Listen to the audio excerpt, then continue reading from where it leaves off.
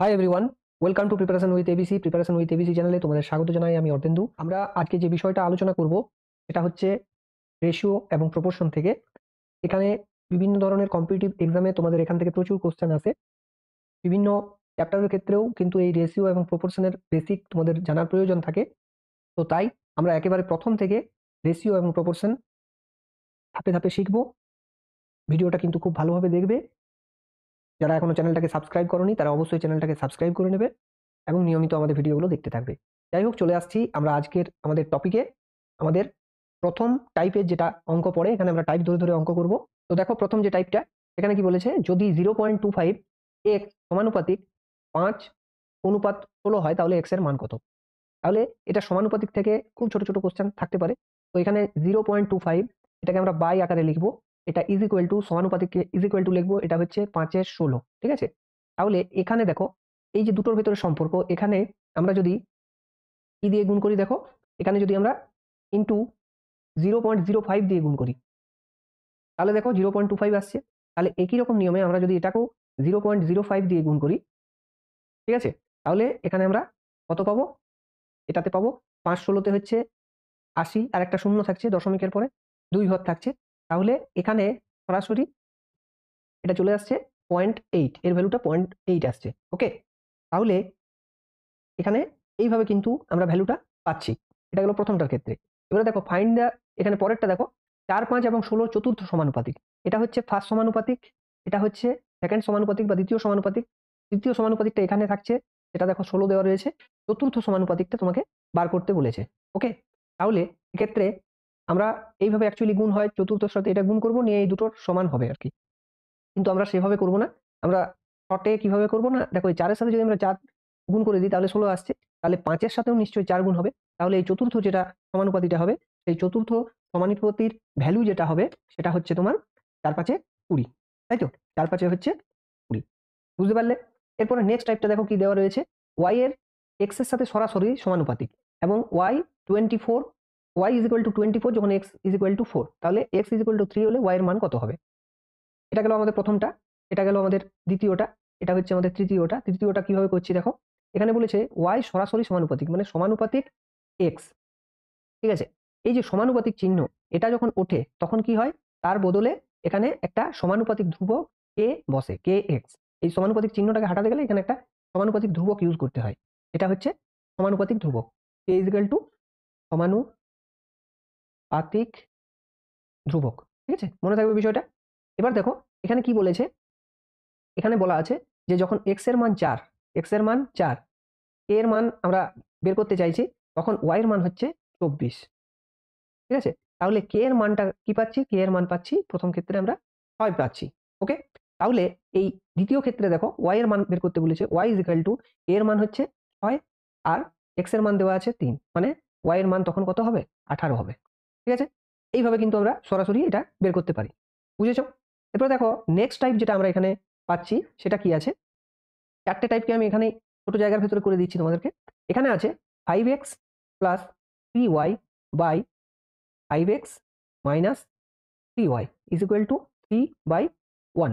ঠিক আছে, এরকম যখন থাকবে ঠিক জাস্ট এই আকারটা, এই আকারটাকে বলা হয় যোগ ভাগ প্রক্রিয়ার, মানে যোগ ভাগ প্রক্রিয়ায় এই আকারটা দেওয়া রয়েছে। তাহলে আমরা যখন দ্বিতীয়বার যোগ ভাগ প্রক্রিয়ায় করব, এটা অলরেডি একবার যোগ ভাগ প্রক্রিয়া করা রয়েছে, অর্থাৎ কি একবার যোগ করা রয়েছে ভাগ চিহ্ন দিয়ে, বিয়োগ করা রয়েছে। ঠিক আছে, তাহলে এটাতে যখন আমরা দ্বিতীয়বার ইউজ করব তখন কি করব না, এই যে প্রথম সংখ্যাটি রয়েছে সেটিকে লিখব 5x এবং এটা নিচে লিখব 3y। এটা আমরা কেন লিখতে পাচ্ছি না, এটা প্লাস আছে এবং একই সংখ্যা এটা মাইনাস রয়েছে।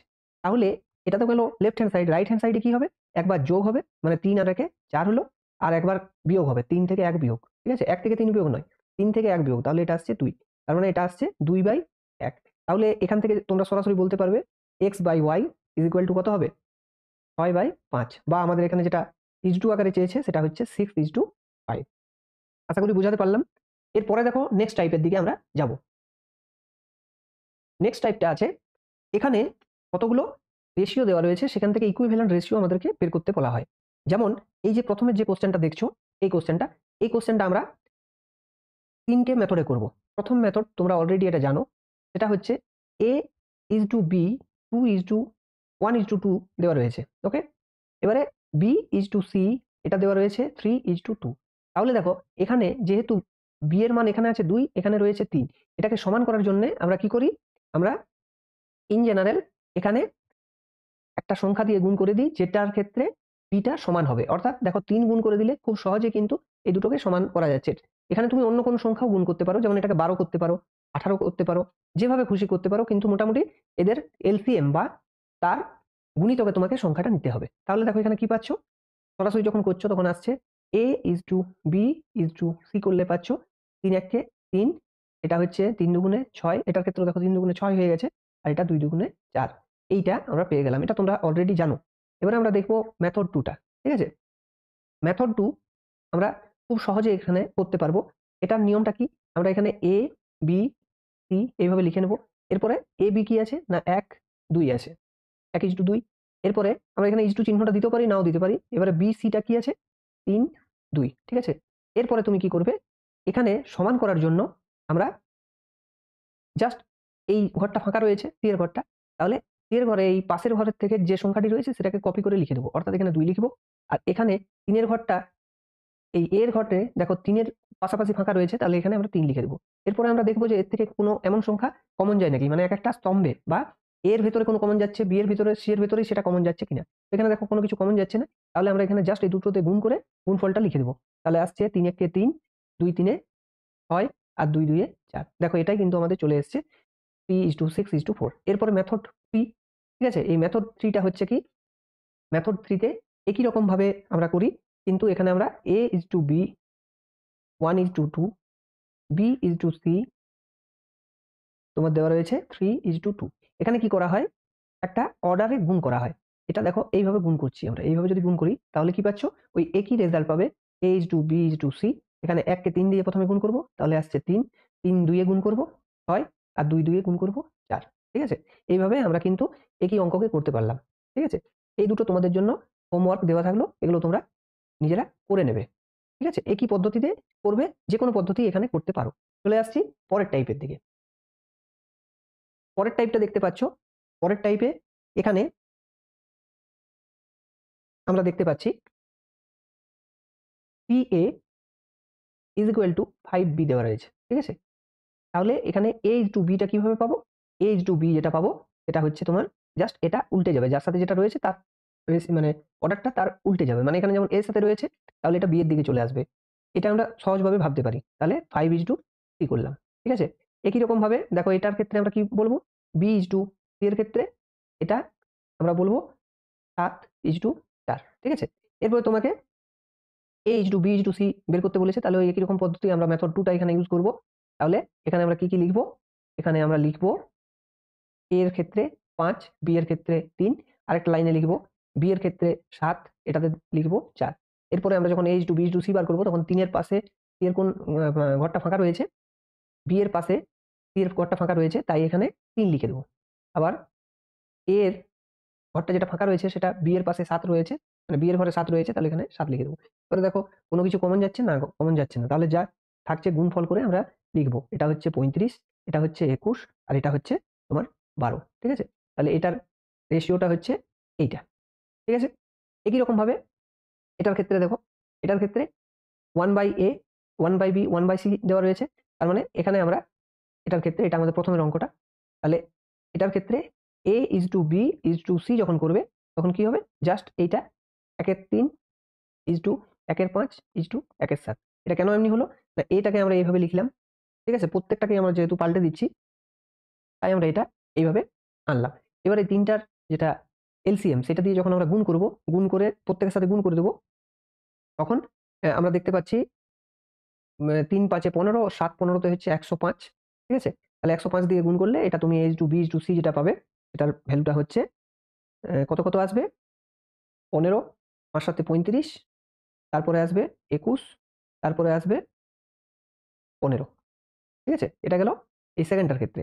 এবারে থার্ডটার ক্ষেত্রে কি আসবে, থার্ডটার ক্ষেত্রে দেখো এখানে 2A is equal to 3B is equal to 5C বলা রয়েছে। এটাকে যখন তুমি সরাসরি A is to B is to C করতে চাইবে, তখন কি হবে, আগের নিয়ম 1/2 ঠিক আছে? যেহেতু গুণ আকারে রয়েছে ওটা আমরা ভাগ আকারে এনে দেবো। ঠিক যেমন এটার ক্ষেত্রে আমরা করেছি। তাহলে 1/2 কি লিখব? নেক্সট 1/3 1/5, ঠিক আছে?